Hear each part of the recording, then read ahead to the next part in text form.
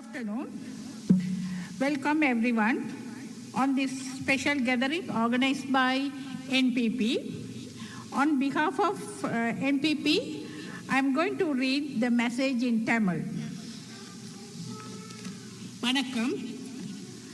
கூட்டத்துக்கு தலைமை தாங்கும் தோழர் அவர்களே, இலங்கை தேசத்தின் எதிர்கால ஜனாதிபதியும் தேசிய மக்கள் சக்தியின் தலைவருமான தோழர் அனுரகுமார திசாநாயக்க அவர்களே மற்றும் மேடையில் அமர்ந்திருக்கும் ஸ்வீடன் நாட்டின் தேசிய மக்கள் சக்தியின் நிறைவேற்று குழு உறுப்பினர்களான தோழர்களே, தோழிகளே, அதேபோல் இக்கூட்டத்தில் கலந்து கொண்டிருக்கும் அன்பான ஸ்வீடன் வாழ் தமிழ், சிங்கள, முஸ்லிம் மக்களே, உங்கள் அனைவருக்கும் எனது பணிவான வணக்கங்கள்.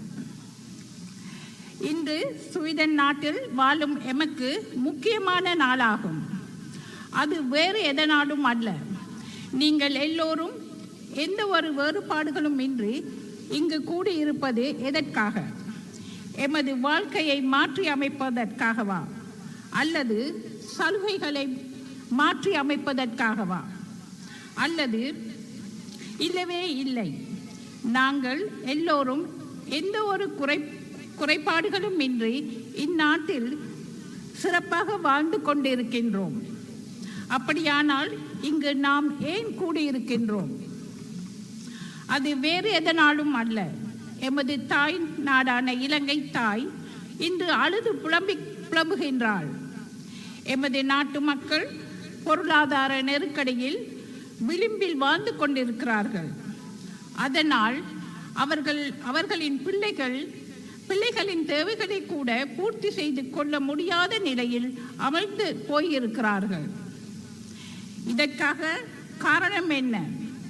கடந்த 76 வருடங்களாக இந்த நாட்டை ஆண்டவர்கள் இன்று எமது நாட்டை வாழ்வாதாரம் குறைந்த நாடாக மாற்றியுள்ளனர். மேலும் மேலும் கடன் வாங்கி எமது நாட்டை கடன் பொறியிலும் சிக்க வைத்துள்ளனர். போதாத குறைக்கு எமது நாட்டின் தேசிய வளங்களை பல் தேசிய கம்பெனிகளுக்கு தாரை வார்த்து வருகின்றனர். இந்த நிலைமைகள் தொடருமானால் நாளை எமது பிள்ளைகளுக்கு ஒரு நாடே இல்லாது போகும் ஆபத்தான நிலைக்கு நாம் தள்ளப்பட்டுள்ளோம். அதனால் இதனை உடனடியாக மாற்றி அமைக்க வேண்டும். அதற்காக நாங்கள் அனைவரும் ஒன்று சேர வேண்டும். அதற்காக தேசிய மக்கள் சக்தியோடு அணிதிரட வேண்டும். சிதைந்து போயிருக்கும் தமிழ், சிங்கள, முஸ்லிம் மக்களின் ஒற்றுமையை கட்டியெழுப்ப வேண்டும்.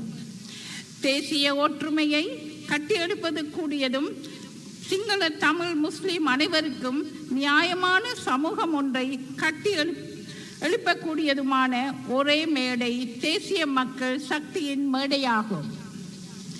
எமது நாடு பொருளாதார, அரசியல், சமூக மற்றும் கலாச்சார ரீதியாக பாரிய சீரழிவுக்கு உட்படுத்தி எமது வாழ்க்கையை தவிட்டு பொடியாகிவிட்ட கடந்த 76 வருடங்களாக நாட்டை ஆட்சி செய்தவர்கள் செயலாற்றியுள்ளனர். எதிர்ப்புகள் சிதைக்கப்பட்டு எமது வாழ்க்கையை தொடர்ந்து இவ்வாறே நீதிக்க இடமளிக்க முடியாதென திட சங்கல்பம் கொண்ட தேசிய மக்கள் சக்தியின் பெண்கள் அணி இன்று கிராமங்கள் தோறும் சென்று பெண்களை அணி திரட்டி புதிய மறுமலர்ச்சிக்கான யுகத்தை அமைக்க அணி திரண்டுள்ளனர். வேறு அரசியல் கட்சிகளைப் போல அதிகாரத்திற்காகவும் பதவிக்காகவும் பணத்திற்காகவும் அல்ல, எமது பிள்ளைகள் மகிழ்ச்சியாகவும் சிறப்பாகவும் வாழக்கூடிய இலங்கையை மாற்றி அமைப்பதற்கான சக்தியாகவே இங்கு அணி திரண்டுள்ளோம். நாம் அனைவரும் சிரித்து மகிழக்கூடிய இலங்கையை கட்டியெழுப்பி வெற்றிகரமாக நாளைய தினத்தை பெற்றுக் கொடுப்பதற்கு உறுதி கூற வேண்டும் என கேட்டுக்கொள்கிறேன். புதிய சூரியன் உதிக்கின்ற தேசம் ஒன்றை எதிர்வரும் ஜனாதிபதி தேர்தலில் பின்னர் நாங்கள் கூட்டாக ஒன்று சேர்ந்து கட்டி எழுப்புவோம் என்பதை உறுதியாக கூறுவோம். நாங்கள் அனைவரும் சிங்கள, தமிழ் முஸ்லிம் பேதமின்றி வாழக்கூடிய இலங்கையை கட்டியெழுப்பிட ஒன்று சேர்வோமாக. அதற்காக இலங்கையின் புதிய மலர்ச்சிக்கான யுகத்தை உருவாக்கிட நாம் அனைவரும் ஒன்று சேர்ந்து தேசிய மக்கள் சக்தியின் அரசாங்கத்தை அமைப்பதற்காக எம்மால் இயன்ற அனைத்தையும் செய்திட முன்வர வேண்டும் என இங்கே கூடியிருக்கும் உங்கள் அனைவரையும் அன்பாக அழைக்கின்றோம். நன்றி. தேசிய மக்கள் சக்திக்கு வெற்றி.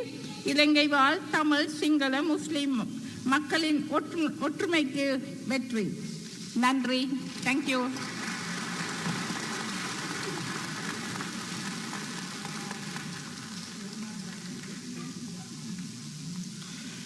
ස්තුති ප්‍රභා බාලන් සහෝදරිය.